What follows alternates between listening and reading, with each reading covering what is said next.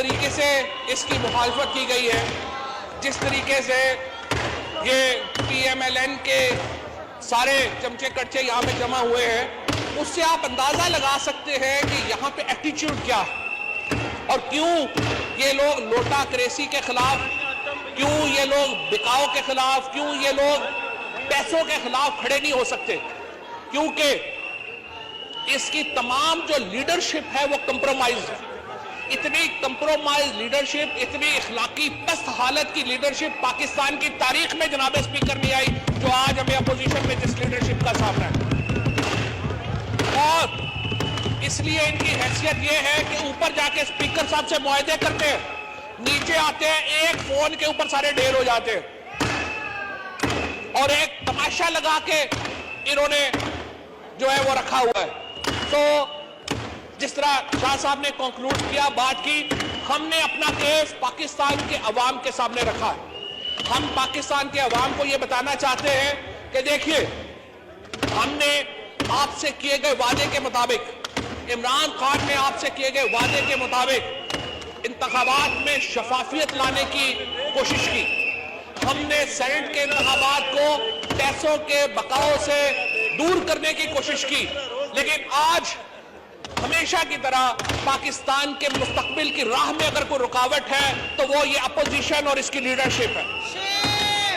आज अगर हम इलेक्शन रिफॉर्म की तरफ नहीं जा पाते, आज अगर हम इलेक्शन इस्लाहात की तरफ नहीं जा पाते, क्योंकि जनाब स्पीकर, इस मुल्क में MNAs को खरीदने की अगर कोई रवायत किसी लीडर ने शुरू की है तो उसका नाम नवाज शरीफ है।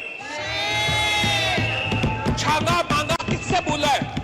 ये तो शाजिया मरी, अभी बेनजीर भुट्टो शहीद हो गई है, तो पीपल्स पार्टी की ये जुर्रत है कि चार्टर ऑफ डेमोक्रेसी जिसपे बेनजीर भुट्टो के साइन है, जिसकी क्लॉज 23 कहती है कि सेनेट का इलेक्शन ट्रांसपेरेंट होगा, आज बिलावल भुट्टो की, नवीद कमर की, शाजिया मरी के ये जुर्रत है कि बेनजीर भुट्टो के लिखे हुए अल्फाज के खिलाफ जा रहे हैं और खुद मामे बनते हैं। बेनजीर भुट्टो के नाम के ऊपर इलेक्शन जीतते हैं ये लोग। इनकी अपनी टके की हैसियत नहीं है।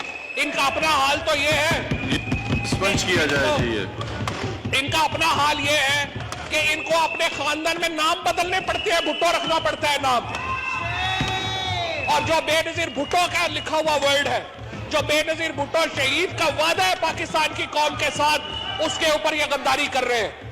ये इनकी हालत है और आज सिंध के लोग, आज पाकिस्तान के लोग इनका असल चेहरा देख रहे हैं। और ये जो है नवाज शरीफ एंड कंपनी, इन लोगों की जरा सुनिए।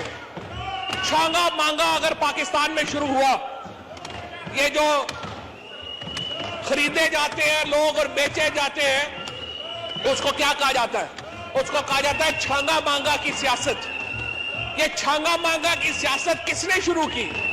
ये छांगा मांगा कौन पाकिस्तान में लेके आया? ये अल्हम्दुलिल्लाह मियां नवाज शरीफ और उनके राइट और लेफ्ट में बैठे हुए लोग लेके आए। ये वो लोग हैं जनाब स्पीकर, जिन्होंने उसामा बिन लादेन जैसे दुनिया के दहशतगर्द से $10 मिलियन ले लिए। अच्छा, लेकिन जनाब स्पीकर मैं आपको मजेदार बात बताऊं, इतने बड़े फ्रॉडी है अल्हम्दुलिल्लाह। उसामा बिन लादेन जिससे दुनिया डरती थी कि बंदा मरवा देगा, या ऑब्वियसली इतना बड़ा वो था, उसने इन्होंने $10 मिलियन लिए नवाज शरीफ साहब ने, और वो पैसे भी खा गए, वो भी नहीं लगाए उसमें। आप अंदाजा, और इनके फ्रॉडियों का अंदाजा लगाए। वो पैसे इन्होंने बेनजीर भुट्टो शहीद के खिलाफ लिए तहरीके अदम एतमाद के लिए, और तहरीके अदम एतमाद के लिए पैसे लेके उसामा बिन लादेन से वो बैगों पे ले गए और अपने अकाउंट्स में जमा करवा दिए।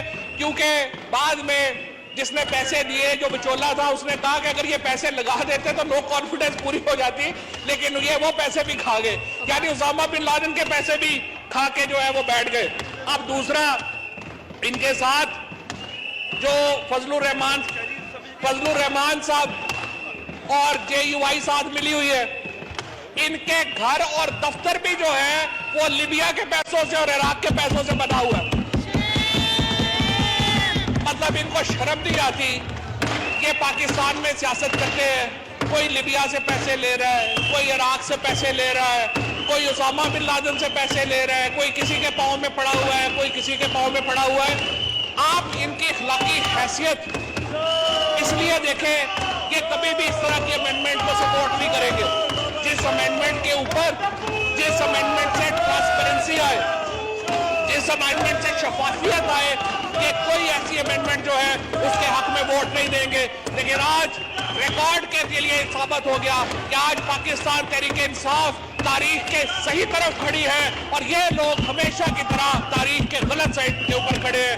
बहुत शुक्रिया स्पीकर साहब। असद उमर साहब ने तकरीर करनी है और उन्होंने जाना है और उन्होंने मुझे रिक्वेस्ट की है कि आप मुख्तसर करो तो मैं। जी जनाब असद उमर साहब।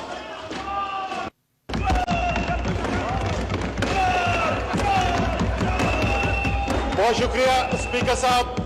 और मैं अपनी स्पीच शुरू करने से पहले शाह महमूद कुरैशी साहब का और फवाद चौधरी साहब का शुक्रिया अदा करना चाहता हूँ कि पूरी एक बात को उन्होंने पस मंज़र पेश किया और आज जो मसला ज़ेर बहस है इस ऐवान के अंदर, उसका तारीखी पस मंज़र भी बताया।